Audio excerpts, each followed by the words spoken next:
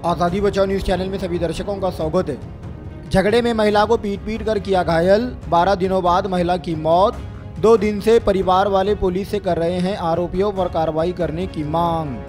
दरअसल सोलापुर शहर के घोड़ा तांडा की रहने वाली 52 साला मथुरा उत्तम राठौड़ नामी महिला को उन्हीं के तांडे के रहने वाले कुछ लोगों ने झगड़े में पीट कर घायल कर दिया था, जिसके बाद घायल महिला की 13 दिनों बाद इलाज के दौरान मौत हो गई।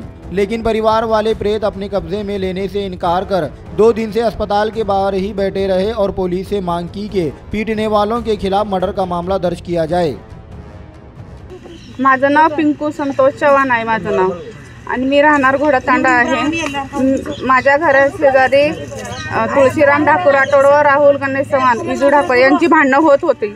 त्यावेळेस माझ्या घरा शेजारी असल्यामुळे आम्हाला आवाज पडल्यामुळे आम्ही सगळे, मी आणि माझी आई आणि माझी नणंद आणि माझ्या घरा शेजारी राहणारे मनीषा राठोड, आम्ही सर्वजण धावून गेलो भांडणं पाहण्यासाठी।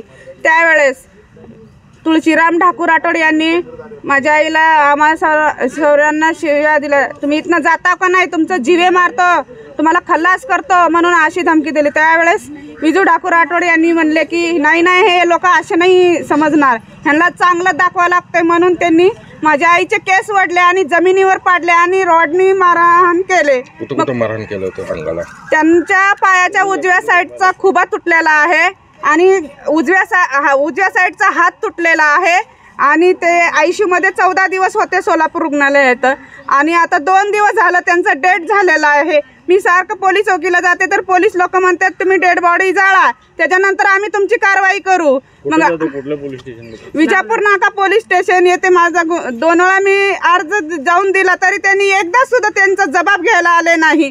निसम तिथनं पळत तुम्ही जावा आम्ही येतो म्हणून आले सुद्धा नाही ते लोक। आणि माझी आईची आता डेट होऊन 2 दिवस झाले, मी उपोषणासाठी बसले आहे, माझे सपोर्ट करणारा कोण नाही आहे। माझ्या आईला तुम्ही सपोर्ट करा। माझी मागणी एवढीच आहे की तेवढे जे 5-7-8 आरोपी होते त्यांना सगळ्यांना शिक्षा भेटायला पाहिजे। मी पण सोडवायला गेले त्यावेळेस त्यांच्या फॅमिलीतले प्रकाश चव्हाण, अविनाश राठोड, अमोल राठोड, सुजाता राठोड आणि हे 2 आरोपींचे नाव मला माहित नाही, हे सगळे त्यांना मारहाण केले। मारुती पवार, हे भीमा पवार, हे सगळे त्यांना मारहाण केले। मला काय नाही, फक्त मला माझ्या आईला न्याय पाहिजे, मला फक्त त्या लोकांना अटक करायला पाहिजे। माझी मागणी, पोलीस म्हणतात आम्ही त्यांना अटक करू, तुम्ही प्रेत नेऊन जाळा, त्याच्यानंतर आम्ही तुमची फिर्याद घेतो असं म्हणायला लागलेत पोलीस।